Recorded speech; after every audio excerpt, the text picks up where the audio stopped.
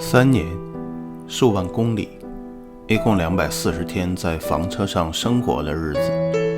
我们拖着清风房车从加拿大温哥华出发，翻过高山，越过雪地，穿过峡谷，也去过很多几乎所有我们以为不会再去第二次的城市。然后某一天，我们突然决定，那张地图还有一整个被我们忽略的右下角，佛罗里达。从温哥华到美国最东南角，这是一条横跨整个北美的路线，甚至我们自己都不知道这趟旅程能不能顺利完成。为了阳光还是海岸，故事已经开始，请坐好，跟着我们去探索未知。也许有一天，屏幕前的你也会做同样的事。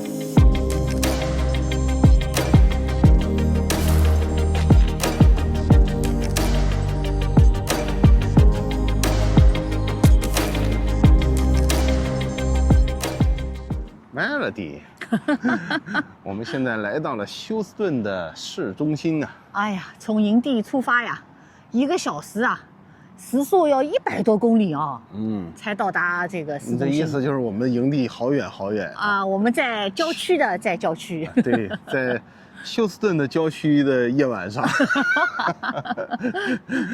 感觉好像德州啊，是不是冬季风暴的尾巴？怎么昨天晚上感觉这么冷啊？还是常态还是什么？白天还真暖和。对，其实它白天这个状态啊，特别是温哥华人向往的冬天。对对，它太阳高高升起，而且太阳的力度特别猛，跟温哥华的夏天也有一拼了啊。对对，但是晚上是比较凉的。对，没想到就是我们到的第一天，好像气温是最高的啊。是。然后一天比一天冷，特别是指晚上。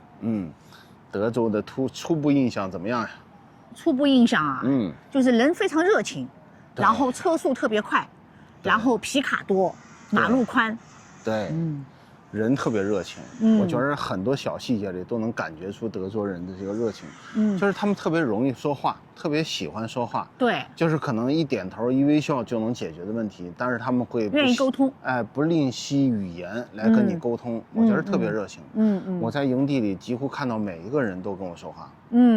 不是说微笑一下而已，就是每一个人都会说话。对，就是有时候用一个眼神、一个手势能解决的，他们也愿意沟通一下。哎呀，你是在等这个吗？没错啊，你是在办这个吗？甭管是老爷爷还是小朋友，都特别的开朗，特别阳光。对，我觉得在这一点上确实是令我刮目相看。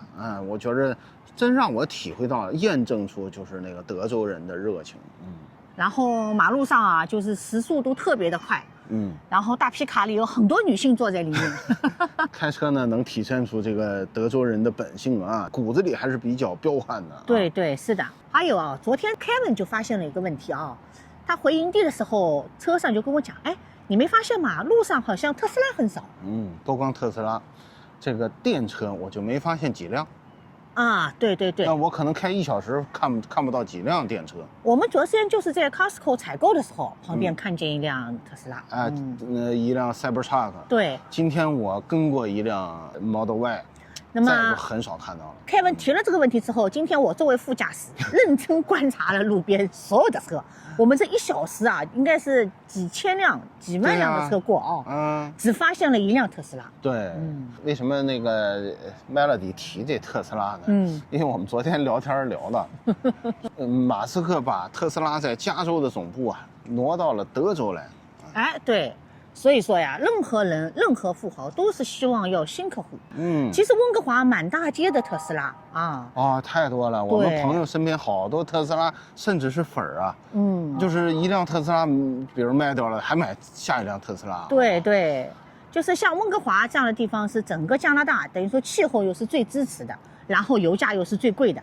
我说马斯克为什么不把总部迁到温哥华去？Melody 说他这个习惯于北美的这种方式啊，特别注重新客户，对，特别不珍惜老客户。他已经打下的江山，他并不珍惜啊。但是显然这2年呀，这个在德州啊，这江山是没有拓展多少。哎，是啊，就是像德州这种地方，我们昨天看到壳牌的加油站，它的油只有2.17一加仑。确切讲，我都加过2块1毛7一升。在温哥华是的，是的，是的，人家这儿2块1毛7一加仑啊，当然是美金和加币也有一点点区别啊。这合下来我感觉就是7毛多加币一升。所以是不是充电这件事儿对于他们来讲是特别不屑啊，特无聊了，这就太无聊了。虽然我们朋友很多开特斯拉啊，但是我们本身我们是有房车需求的。我们是比较不喜欢电车的，对，再就像德州这种地方，其实气候应该也是支持电车的啊，但是就是好像老百姓就是不喜欢。反正这是初步印象啊。对，初步印象。我们当然了解德州呢，也比较肤浅，因为我们原来也没有来过。对，看看有没有观众能不能验证一下我们观察的这2个方面啊，甭管对不对，可以给我们留言告诉我们一声啊。反正我们现在是在市中心哦，市中心的停车费啊，2块钱1小时。2块钱1小时啊，也是非常亲民的。随便马路边就有停车费，对，特别轻松。但我查了一下，其实休斯顿也是700-800万大都市的人口啊。700-800万，那比大温地区人多了。体量应该说是2倍于温哥华，感觉特别休闲，然后也不是特别拥挤。我觉得马路上的车比马路上的人远多了去了。这个地方叫 Discover Green， 是一个城中的小世外桃源啊。对的。没想到市中心还有这样的。现在大家眼睛里看到的、视频里看到的这些高楼，其实是downtown，这个是一个downtown中的小世外桃源啊。对，在这里人都很休闲。也没多少人，我觉得这儿也不是一个特别旅游型的城市。对，跟温哥华呢不太一样，温哥华呢满马路都是拿照相机的。我说这里啊掏出一照相机啊都挺突兀的啊，但这里要戴一个牛仔帽的倒是不突兀。我远远的看到一个人戴着牛仔帽啊。我们今天也是休闲的一天。为什么选择这个地方呢？他们说这个地方遛狗特别好啊。你看我们的小风衣啊，已经觉得晒得慌了，它已经躲在我们的影子里了。所以啊，德州的阳光啊，和那人民一样热情火热啊。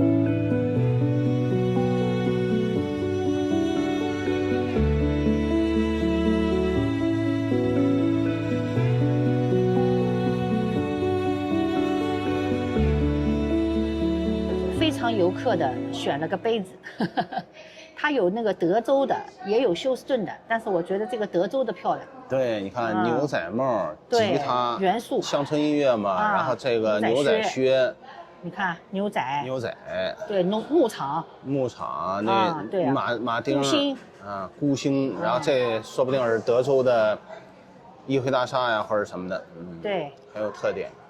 游客嘛。就是不知道下次来休斯顿什么时候了。对，休斯顿这个地方，我觉着啊，你要是专程来，其实你也不知道该玩点什么。对，因为它有很多的东西跟别的城市比较冲突的。什么，水族馆呀什么的。当然那个，即便是火箭发射、火箭那个中心，对，DC 华盛顿 DC 也有这样的航天中心，就是你像我们这样的。半老不老的成年人，专门来一趟也不知道该玩点什么。对，没错，因为我想不出什么理由再来。但是走过路过，你错过是坚决不对的。对，留个纪念。真棒。我这喝咖啡啊，离Melody的距离我都觉得特别远，讲话有时候听不清楚啊。对，所以我就想感慨啊，你看这咖啡厅也没有什么人，对，就是德州给我感觉，虽然说号称这么多人口但是很松散，并不是特别集中，就是那种城市的资源呢没有那么拥挤。我停车随随便便就在这个downtown旁边就可以找得到2块钱1小时停车的地方。对，而且这星巴克的价格啊比华盛顿便宜。我还没关注价格啊，它的6美刀不到。所以你看这星巴克里有的是地方，就是在温哥华downtown里你是很难有这么宽松的环境的。不可能的。刚才 Melody 啊说这个里边怎么还有一些不知道的东西？你看，这吉他呢象征乡村音乐了啊。哦。那这个吉他上面有一个像穿山甲的动物。哦，像穿山甲。啊，查了一下，这个东西叫球鱼。球鱼，就是像美洲穿山甲，但是它又不属于穿山甲。我感觉应该比较像加拿大的浣熊，就是那种容易在马路上被撞死掉的。然后你看这儿有意思啊，这也是一个烧烤炉啊，烧烤炉。这德州的烧烤很出名啊，烤肉德国。但是他也说了，你看这有一个蛇加一盘香肠。他说这个很德州。就是德州式的幽默，虽然我们足够凶悍啊，但是我们也会吃烩板。这个意思也懂生活，就这个意思。我觉得特别好看。你看，这个房子是哪里的？是他的首府吗？对，应该在奥斯汀了。他的首府在奥斯汀。这杯子啊，我越看越喜欢。对啊，Melody 说越看越喜欢。就是星巴克的杯子啊，我就买过2个。Made in China。对，轻工业品嘛，都是 China。一个是在夏威夷，一个就是在德州了。Melody 就喜欢收藏这个星巴克。没有啊，怎么叫收藏啊？人家都一柜子一柜子，我就2个，一个夏威夷的。你不用了就搁我那儿了，然后我轮个用。不可能的，不可能的，你不要自己先决定他的命运。我觉得挺好这杯子，那所以我就问 Melody， 你到了佛州还买不买？Melody 不回应了。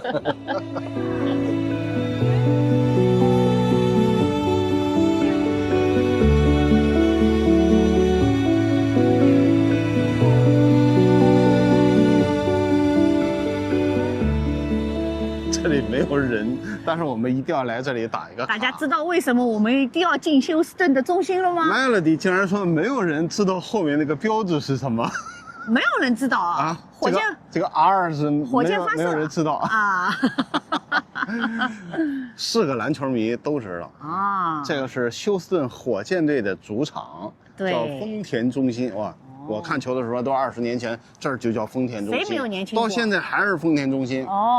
丰田有钱啊，一直赞助着。啊，一晃这姚明已经离开这里多久了？多久了？很久了。姚明呢，确实是让很多人呢了解到了世界上有休斯顿这个地方，特别是让中国人了解到了。没错，虽然它是一个非常大的城市，但是呢，可以给它贴上的标签啊，并不是特别多。对，了解它的机会也并不是特别多啊。所以在我很年轻的时候，每天就守着电视看姚明的比赛啊。当然，麦迪这也是非常不错的球员啊。像我这种伪球迷，就是因为姚明让我知道了有德克萨斯州，知道了有休斯顿。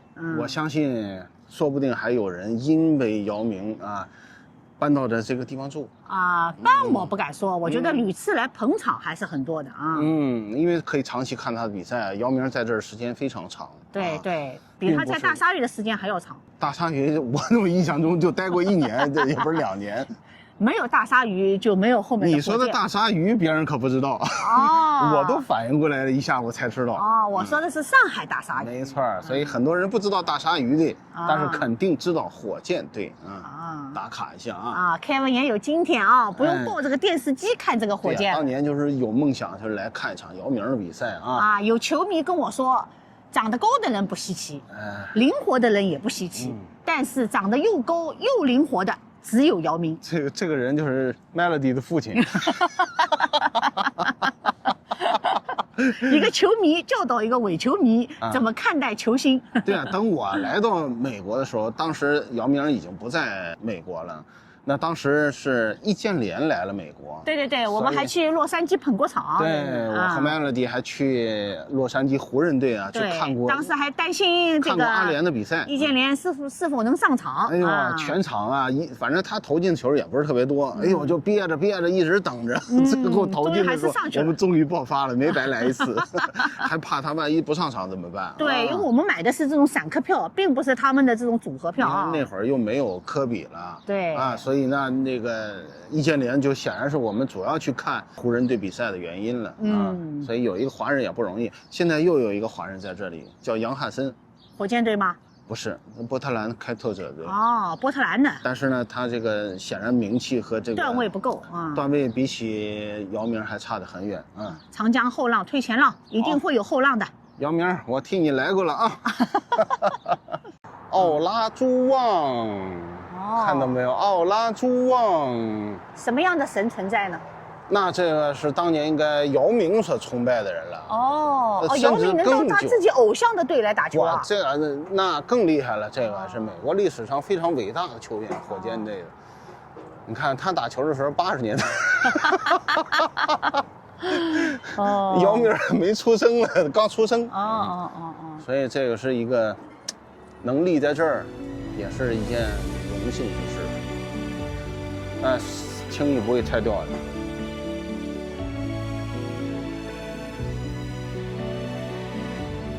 这块挺漂亮，找到了能看休斯顿天际线的地方。我们走哪儿比较愿意这样？去旧金山啊、洛杉矶啊，都愿意找个高地方看看这个城市什么样子。对，虽然我们不愿意住在这样高楼大厦里面啊，但是呢，它作为一个城市的风景啊，还是非常漂亮的。对对对，这是休斯顿比较繁华的一面啊。对对对，毕竟是一个700-800万大都会的地方啊。